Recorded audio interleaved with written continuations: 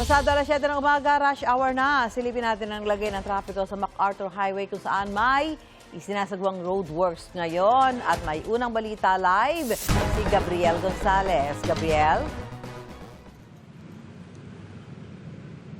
Susan, nakararanas na ng mabigat na trapiko sa MacArthur Highway dito sa Marulas, Valenzuela kung saan sakop ng roadworks ang isang linya ng southbound lane. Puno na rin ang mga jeep na papuntang monumento. Gaya ng inaasahan ng Valenzuela City Command, Control and Communication Center, mabigat na ang trapiko sa magkabilang linya ng MacArthur Highway sa Marulas, Valenzuela, pasado alas 7 ngayong umaga.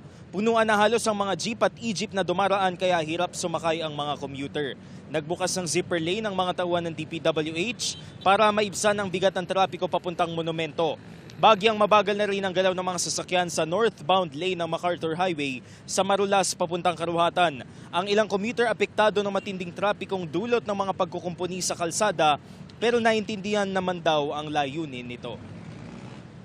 Susan, batay doon sa nakalap nating impormasyon on the ground, itong kinukumpuning kalsada na ito ay katatapos lang daw gawin. Pero binubungkal daw ito ngayon o binubutas daw ito ngayon dahil wala raw bakal. So sa ngayon, Susan, ay hinihintay pa natin o sinusubukan pa natin kunin ang pahayag ng DPWH patungkol sa detalye ng proyektong ito. At yan muna ang latest mula rito sa Valenzuela.